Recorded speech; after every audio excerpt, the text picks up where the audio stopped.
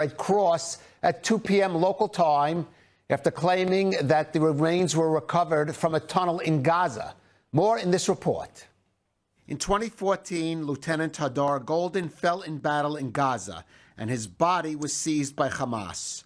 For his family, which has campaigned ever since for his return, the agony of awaiting the recovery of his remains has seemingly finally come to an end. Hamas claimed over the weekend that they had uncovered Goldin's body, releasing video footage of the recovery of several bodies from a tunnel under Rafah, which the terror group says was located in IDF-held territory. That announcement spurred a visit to the Goldin family by IDF Chief of Staff Eyal Zamir. The family then released a statement saying an entire country is waiting for Hadar to be returned to us. On Sunday morning, Hamas announced they would return Goldin's remains at 2 p.m. local time. Goldin's return has become tied to the fate of some 200 Hamas terrorists still hiding out in tunnels below Rafah in IDF-held territory. The U.S. is reportedly pressuring Israel to allow them safe passage back to the Hamas-held area of Gaza. Zamir is said to have recommended that this should only happen if Goldin was first returned. But some Israeli ministers have opposed letting the Hamas terrorists walk free under any conditions. And the militant wing of Hamas has said the terrorists in the tunnels would not surrender themselves to the enemy under any conditions, and that the mediators would have to find another solution for the ceasefire to continue. So, for the time being, the issue of the trapped terrorists remains unresolved. But for the Goldin family, the agony of awaiting Hadar's return is finally ending, giving them the closure they have so desperately fought for. Also on the hostage issue, after more than 2 years of heartbreak and uncertainty, the body of Lior Rudayev, one of the civil defense heroes from Kibbutz Nir Yitzchak, has also been returned to Israel. ILTV's India Naftali has more. India, what can you tell us about the hostage update? Yes, Kalev. Well, military representatives informed the family of 61-year-old Lior Rudayev early Saturday that his body had been returned to Israel. The transfer took place late Friday night when Hamas and Palestinian Islamic Jihad handed over the remains to the Red Cross, which then delivered them to Israeli troops inside Gaza. The IDF held a brief ceremony at the border, draping the casket holding Lior Rudayev's remains in an Israeli flag before escorting it to the Abu Kabir Forensic Institute in Tel Aviv. There, the experts confirmed the identity of the remains. Lior Rudayev served as the deputy security coordinator at Kibbutz Nir Yitzchak and was a longtime member of its civil defense squad. On the morning of October 7th, he was preparing for a motorcycle ride when he received an emergency call to defend the kibbutz. He fought alongside other local security members and was killed while battling terrorists trying to breach the community's fence. His body was taken into Gaza by Palestinian Islamic Jihad terrorists. Rudayev was posthumously promoted to warrant officer in reserves and is remembered as a man devoted to family, community, and service. For 4 decades, he volunteered as a security guard and ambulance driver. He was known in his kibbutz as the person who would always show up first to help. On Friday, Israel also laid to rest Captain Omer Nutra, the Israeli-American soldier who fell defending the border on October 7th. His funeral in Tel Aviv drew hundreds, including President Herzog and top Israeli and U.S. officials. Hadar Goldin, a soldier who was killed and abducted by Hamas in the 2014 Gaza war, was brought back to Israel today. The additional fallen hostages still held in Gaza include Master Sergeant Ran Gvili, a police officer killed defending Kibbutz Alumim, Meni Goddard, murdered alongside his wife in Kibbutz Be'eri, Dror Or, whose children were already freed, and Sudtisak Rinthalak, a Thai farm worker killed in Be'eri. The distribution of humanitarian aid in Gaza over the past 2 years has been a sensitive issue and a challenging one. Now it is the U.S. that will primarily be taking on that mission as its plans for a post-war Gaza begin to solidify. More in this report. The supply of humanitarian aid for Gaza's population during and after the war with Hamas has been a challenging and problematic task for Israel. And now it appears the authority for carrying out that mission is being transferred to the U.S. and the post-war infrastructure it is establishing in Gaza. The Washington Post reported this weekend that primary decision-making for distribution of Gaza aid has now been assumed by the U.S.-led Civil Military Coordination Center in Kiryat Gat, with Israel taking a secondary role. An Israeli official confirmed to Reuters this process is underway, but added that Israel remains involved in the supervision and monitoring of Gaza aid. Israel has long complained that aid distribution in Gaza by the UN and other international groups was compromised by cooperation with Hamas, which seized supplies for its own purposes. During the war, Israel tried to address the problem by first having the aid distributed by Kogat, the IDF branch that deals with the Palestinian civilian population, and later by setting up the joint U.S.-Israel-Gaza Humanitarian Fund, which was phased out as the war ended. Now the U.S. is taking on a more direct role in aid distribution, which may prove a daunting mission to provide sufficient food, medicine, and shelter for nearly 2 million Gazans as winter approaches. But it's another way that highlights that when it comes to the future of Gaza, it's now Washington and not Jerusalem that is in the driver's seat. President Trump will host Syrian President Ahmed al-Shara today at the White House. The first official visit ever by a Syrian leader to Washington in nearly 7 decades. Shara's visit comes just days after sanctions still in place against Syria, including the U.S. officially revoking Shara's status as a designated global terrorist, have been lifted. And in a short video posted this weekend by Syria's foreign minister, Shara is seen playing basketball this weekend in Washington with the top generals of U.S. Central Command in the Middle East, including the CENTCOM commander, General Brad Cooper.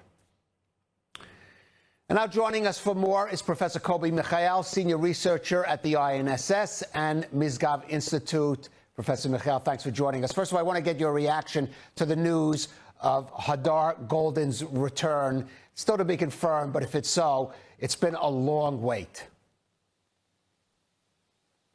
Yes, indeed. We really hope that it is Hadar Goldin body, and it will be a sort of a closure that should have been long before. And this is, I hope, something that we have succeeded to achieve due to the commitment of Hamas to the framework of President Trump, to the so-called 20 Articles plan, and not as an agreement inside an agreement where we will have to release the 150 or 2,000 Hamas militants who are deep in the tunnels there in Rafah area and Khan Yunis area. I hope that the return of Hadar Goldin is a part of the obligation that Hamas still has. And we have to remember that we still have four dead hostages that Hamas holds. Indeed. I want to get you also your reaction to this report. It was first in the Washington Post, but it's been sort of confirmed by Israeli officials that the U.S. has now taken the lead in deciding on aid distribution in Gaza. We'd expect that that's happened maybe at some point, but the issues this could raise over really who's calling the shots now in the Gaza Strip. Look, this is part of the efforts that are done or conducted by the American administration in order to give the maximum, chance or probability to the realization of the plan peacefully. And I think that Israel has to encourage the American administration in doing that, because this is an Israeli interest. Israel has a very vital interest that this plan will succeed, that this plan will be implemented, and the preferable way is peacefully, because once this plan will be implemented, it means that all the objectives of the war that were declared by the government of the State of Israel are going to be realized by the realization of this plan. And if this plan will fail, it should fail because of Hamas, not because of Israel. And here Israel has to build its legitimization and close coordination relations with the American administration generally speaking, and with President Trump specifically, in order to enable Israel to resume the military fighting against Hamas in the western part of the Gaza Strip, in order to dismantle Hamas and to demilitarize the Gaza Strip. Right.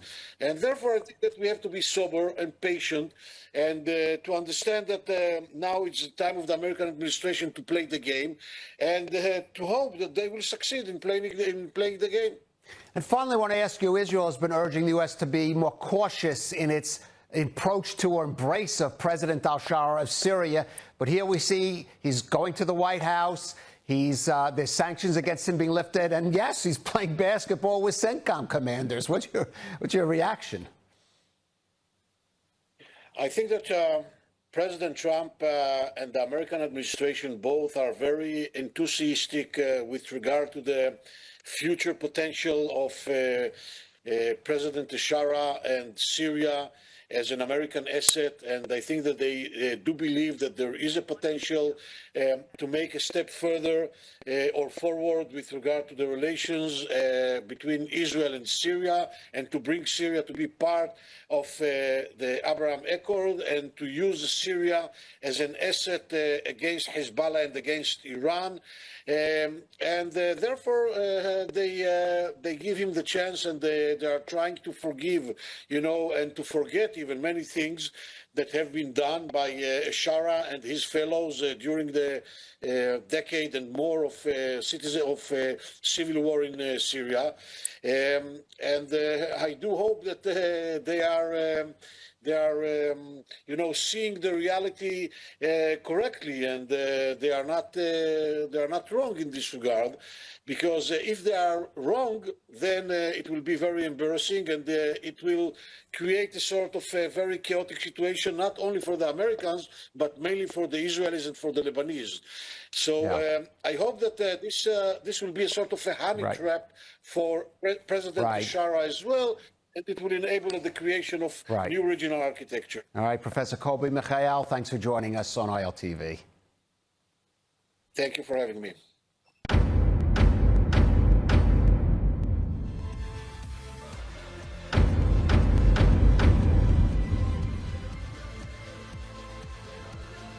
Turn up the volume. I am Chaim Biros, Mayor of Modi'in and Chairman of the Federation of Local Authorities in Israel. It's time to join us in Modi'in, City of the Future. We are waiting to welcome you to our young, modern, innovative city with great schools and, of course, all the benefits. Hope you will make Aliyah soon and join our Olim community who are so happy to call Modi'in their home. Now is the time to make Aliyah cease. Israel is strong and growing. Now more than ever is the time to make Aliyah. U.S. and Israeli officials revealed over the weekend that an Iranian plot to assassinate Israel's ambassador to Mexico was thwarted by Mexican authorities last summer. But Ambassador to Mexico, Einat Kranz-Neger, says she's not deterred. ILTV's Devo Klein has more. Israeli ambassador to Mexico, Einat Kranz, says she will not be intimidated after Mexican authorities foiled an alleged Iranian plot to assassinate her, describing the revelation as, quote, deeply unsettling, but insisting she will continue her work as usual. In a report by Axios, U.S. and Israeli officials revealed the plot that was foiled last summer, an attack planned as a response to Israel's attacks on the regime. The ambassador said she had only partial knowledge of the threat before it became public. And the Iranian embassy in Mexico denied the allegations, calling them, quote, a great big lie. This as the heartbreaking 1 year marks to the murder of United Arab Emirates Chabad representative Rabbi Tzvi Kogan was murdered by IRGC at just 28 years old. Had the attack against Kranz been carried out, it would have been a string of assassinations taking place a year ago. After the plot had been revealed, Israel's ambassador to Mexico showed strength and resilience in the face of terror taken to the global stage. Kranz said she will continue to represent Israel, saying, quote, this won't stop me, she said. We have a job to do, and we'll keep doing it. On December 8th, ILTV and Besheva are bringing one of Israel's most prestigious annual events, the Jerusalem Conference, to Miami. The conference will bring together leading figures from government, business, diplomacy, and Jewish organizations to address the most pressing issues facing Israel and the global Jewish community. More on this from ILTV's Mayan Hoffman. Under the theme Stronger Together, the Jerusalem Conference in Miami will focus on strengthening the bond between Israel and the diaspora, exploring ways to deepen mutual understanding and solidarity during one of the most challenging periods in modern Jewish history. The December gathering will include high-level discussions on U.S.-Israel relations, the future of diaspora Jewry, and Israel's economic and national resilience in wartime. Senior U.S. and Israeli officials, including Ministers Yariv Levin, Amichai Shikli, and Miki Zohar, along with MK Simcha Rothman and Jerusalem Mayor Moshe Leon, are expected to take part. The event will also feature business leaders and philanthropists, including Simon Falek and his daughter Tila Falek, who are hosting the gala evening at Simon's Miami residence. So we feel like we need to support Israel unconditionally, and that is what we try to do. The main conference will take place at the Beth Moshe Synagogue, where the Jerusalem Award will be presented to individuals and organizations that have demonstrated exceptional commitment to the people and land of Israel throughout the past 2 years of war. We see in the past years the shift of Jewish community. The centers are changing. It was New York in the past, and it's becoming Miami. The shift, symbolic and geographic, reflects a new phase in global Jewish engagement, one in which Miami is emerging as a powerful hub for Israel advocacy and Jewish unity. In the last 2 years, we learned that we must strengthen our connection, our solidarity. This event is part of this solidarity, part of this connection. I think what we need to discuss is what we're seeing now in the far right. I see a deep challenge coming from actually neo-Nazis who are being normalized by very senior figures in the American conservative movement. As the world grapples with rising anti-Semitism and the ongoing war against Hamas on multiple fronts, the Jerusalem Conference in Miami aims to send one clear message: that the Jewish people are and must remain stronger together. At its milestone 25th anniversary gala, the Birthright Israel Foundation announced the launch of the Generations Campaign, a historic initiative to bring 200,000 Jewish young adults on transformative educational trips to Israel by the end of this decade and inspire a new era of Jewish pride, resilience, and leadership. At its 25th anniversary gala last night, Birthright Israel Foundation announced its bold goal to raise $650 million and secure $250 million in legacy commitments to bring 200,000 Jewish young adults to Israel over the next 5 years. For decades, Birthright Israel has been at the forefront of strengthening Jewish identity and connection to the land of Israel through their various hands-on programs. With Birthright, young Jewish adults get the experience of connecting to their heritage by traveling and touring the Holy Land. But now, their mission is as important as ever. With rising anti-Semitism across college campuses in the U.S., the need to educate the young generation is as prevalent as ever before.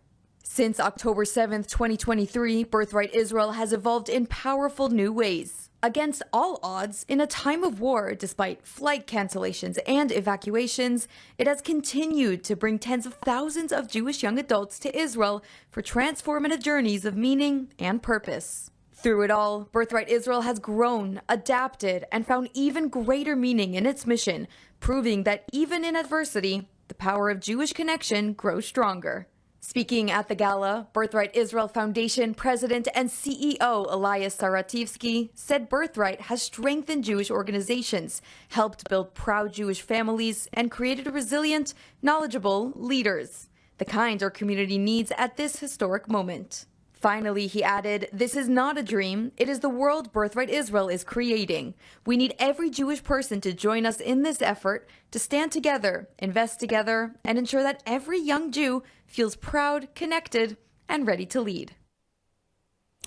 Nefesh B'Nefesh, together with Israel's ministries of Aliyah and Integration, of Health, of the Negev Galilee and National Resilience, and the Jewish Agency for Israel, are back again with another MEDEX event, but this time in Australia.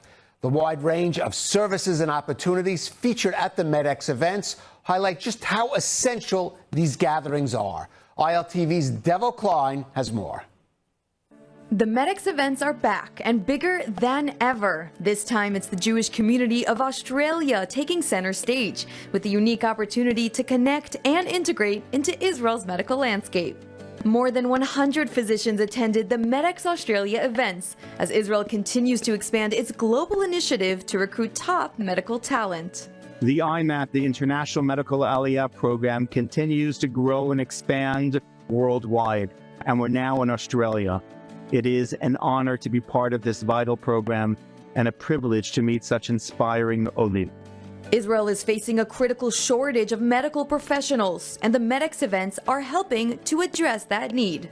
These gatherings offer physicians a streamlined, one-stop shop experience, including credential recognition, job interviews with Israel's leading healthcare institutions, and guidance on grants, licensing, and relocation, all under one roof. The MEDEX events, an initiative of the International Medical Aliyah Program, offers a service unlike any other. And with the inauguration of the Australia MEDEX event, these opportunities are nothing short of revolutionary. MEDEX has set up some interviews for me to be able to sit. I've been able to do my documents to get notarized. I've met with the Ministry of Health. So MEDEX has organized something that I can come to as a one-off stop, and I'll be ready to make Aliyah next year. For some, MEDEX is more than just a networking opportunity. It also offers the chance to integrate into Israeli society. The future for our children is Israel, and I also think that if you're going to integrate into Israeli society, you need to come over, you need to work in Hebrew, and I guess that's the only way you're really going to be able to improve your language enough to be able to fit in life. Sometimes what sticks the most with the attendees at the event are the fast and efficient services that are usually a headache. It's been incredibly practical. So just over there, there's 10, 15 different hospitals in Kupat Halim that we've been able to meet with. So I've met with sort of 5 or 6 of them and gotten a sense of how they work and how I might be able to get a job there one day, and training and all that sort of thing. And I've got my degree with me here, and I'm in line to try and get it notarized as well, which just streamlines the process, which has been really great. After multiple successful MEDEX events across North America and Europe, the IMAP program aims to expand even further, reaching even the farthest communities like the one down under. Israel's Minister of Aliyah and Integration, MK Ophir Sofer, said he expects the MEDEX events to grow rapidly across the globe. But it's not just the attending physicians that gain something from this event. The MEDEX event showcases another step in reinforcing national resilience, not only in security, but also in health. After holding the remains of Lieutenant Hadar Goldin for more than a decade, Hamas handed over what it says is his body to Israel, transferring his remains first to the Red Cross at 2 p.m. local time, after claiming that the remains were recovered from a tunnel in Gaza. More in this report. In 2014, Lieutenant Hadar Goldin fell in battle in Gaza, and his body was seized by Hamas. For his family, which has campaigned ever since for his return, the agony of awaiting the recovery of his remains has seemingly finally come to an end. Hamas claimed over the weekend that they had uncovered Goldin's body, releasing video footage of the recovery of several bodies from a tunnel under Rafah, which the terror group says was located in IDF-held territory. That announcement spurred a visit to the Goldin family by IDF Chief of Staff Eyal Zamir. The family then released a statement saying an entire country is waiting for Hadar to be returned to us. On Sunday morning, Hamas announced they would return Goldin's remains at 2 p.m. local time.